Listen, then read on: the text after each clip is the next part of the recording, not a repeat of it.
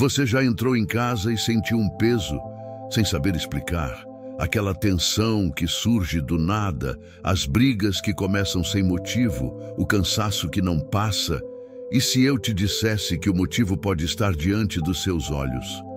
Um simples objeto, um presente de alguém, uma lembrança guardada com carinho, pode estar abrindo uma porta espiritual que nunca deveria ter sido aberta. Enquanto você ora por paz, o inimigo se alimenta do que você mantém dentro do seu lar. Mas hoje, essa verdade vai ser exposta e a paz de Deus vai voltar a reinar na sua casa. Você já parou para pensar que talvez o motivo da sua vida parecer travada, da sua casa estar pesada e dos conflitos nunca cessarem, possa estar escondido bem diante dos seus olhos? Às vezes, aquilo que chamamos de enfeite, lembrança de viagem ou presente inocente pode, na verdade, ser um ponto de acesso espiritual dentro do lar.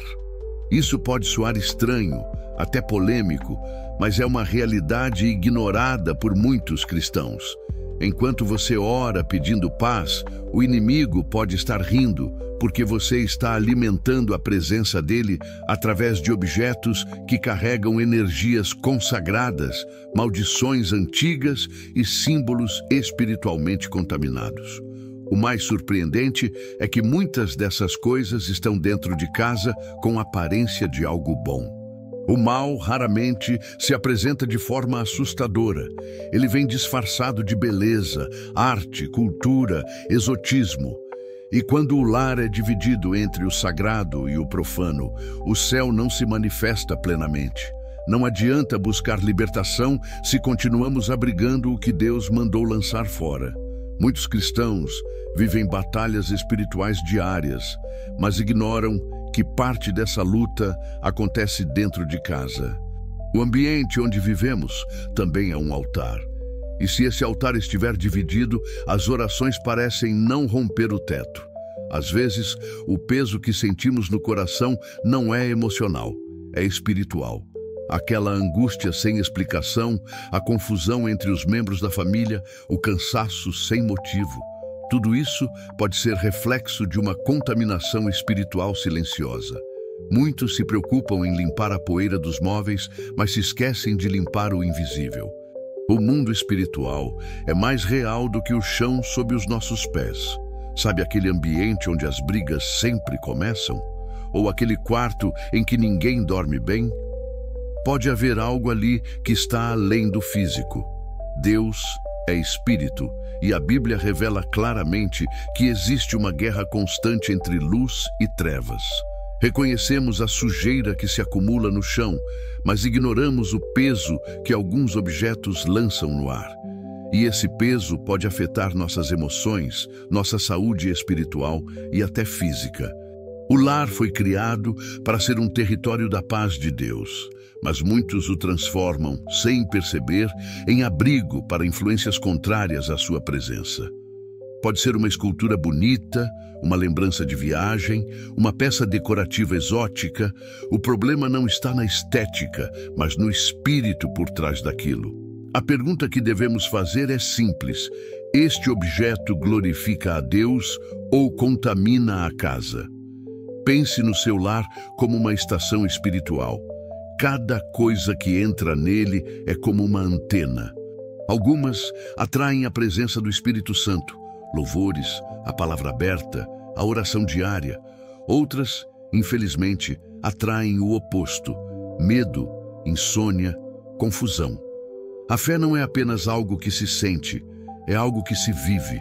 E o ambiente em que vivemos reflete aquilo que permitimos espiritualmente. Pode parecer exagero, mas basta olhar para as Escrituras. Deus sempre separou o sagrado do profano. Quando o povo de Israel guardou ídolos e objetos consagrados a outros deuses, o resultado foi julgamento e afastamento da presença divina. Se isso valia antes, por que hoje seria diferente? O mundo muda, mas o reino espiritual não passa por reforma. O discernimento é uma luz acesa no escuro, e quem já andou na escuridão sabe o valor de enxergar com clareza. Nem tudo o que está na nossa casa veio de Deus. Muitos objetos têm uma espécie de voz espiritual. Eles não falam com palavras, mas carregam influências, presenças, vibrações invisíveis. A Bíblia é clara. Amuletos, imagens, objetos de culto pagão, tudo isso é canal de contaminação. É como ter um aparelho ligado à tomada errada dentro do seu lar. Em Deuteronômio 7:26 está escrito: não introduzas coisa abominável em tua casa.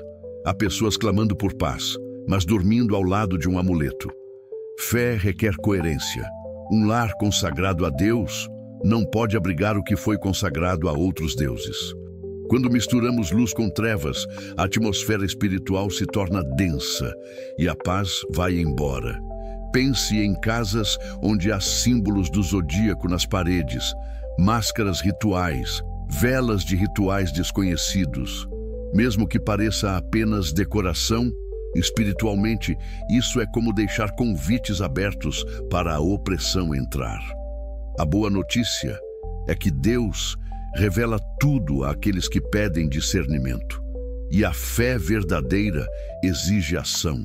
Se você sente que algo não vai bem em casa, brigas, medo, inquietação, ore e peça revelação. Em Atos 19, os novos convertidos queimaram seus livros de feitiçaria como sinal de libertação. Hoje, você pode fazer algo semelhante, removendo do seu lar tudo o que não glorifica o Senhor. Muitos testemunham que a paz voltou apenas depois que se desfizeram de certos objetos. Uma mulher descobriu que um colar herdado da avó, usado em rituais antigos, era a fonte de opressão em sua vida. Ao se livrar dele, a paz retornou. Outro caso, uma mãe que se desfez de bonecos ligados a práticas espirituais estranhas e, de repente, os pesadelos dos filhos cessaram. Isso não é superstição, é fé em ação. O convite é para olhar cada canto da sua casa e perguntar: isso glorifica a Deus? Isso atrai a presença do Espírito Santo ou o afasta? Às vezes, o que trava nossa vida não é o que fazemos, mas o que deixamos permanecer. Há também o perigo dos presentes e heranças espiritualmente contaminadas. Nem todo presente é bênção. Há objetos que carregam alianças feitas com o mal, peças, imagens, livros, relíquias, heranças familiares. Até no Antigo Testamento, Deus ordenou que os utensílios do templo fossem santificados para Ele. O que é separado para Deus é santo, mas o que é separado para outros deuses também tem poder. Só que no sentido oposto. Uma mulher cristã herdou um colar antigo e sempre sentia opressão ao usá-lo. Depois de orar, descobriu que ele havia sido usado em rituais ocultos. Quando se desfez dele, sua casa se encheu de paz novamente. Isso mostra que, muitas vezes, o sofrimento espiritual está ligado à origem das coisas que possuímos. Um quadro herdado, um livro, uma joia, tudo pode servir de ponto de contato com o mundo espiritual. A Bíblia nos alerta: o inimigo é astuto e se esconde no que parece inocente. Até as cores e formas dentro de uma casa comunicam algo. Em Êxodo 26, Deus instrui Moisés com precisão sobre as cores do tabernáculo, porque cada uma tinha significado espiritual. Se o próprio Deus se importa com isso, não deveríamos também prestar atenção? Ambientes muito escuros ou com símbolos de violência, por exemplo, podem influenciar negativamente o espírito das pessoas. Quartos de adolescentes cheios de imagens pesadas, frases sombrias ou símbolos ocultos podem estar abrindo brechas espirituais sem que ninguém perceba. O lar cristão deve respirar leveza, graça e esperança. As cores e objetos devem transmitir vida e fé. Que tal olhar hoje para cada cômodo e perguntar: essa decoração agrada ao Senhor? Essa cor traz paz ou inquietação? Às vezes, o milagre que esperamos depende de tirar do lar aquilo que entristece o Espírito Santo.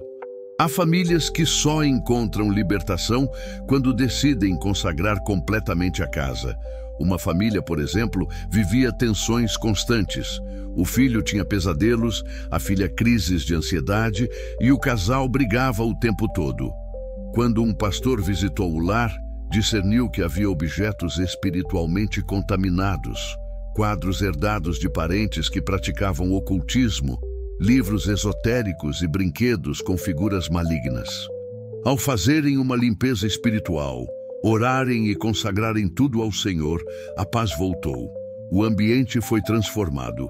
Muitos lares vivem situações semelhantes. A libertação começa quando entendemos que santidade também diz respeito ao que mantemos dentro de casa. O lar é território de autoridade espiritual.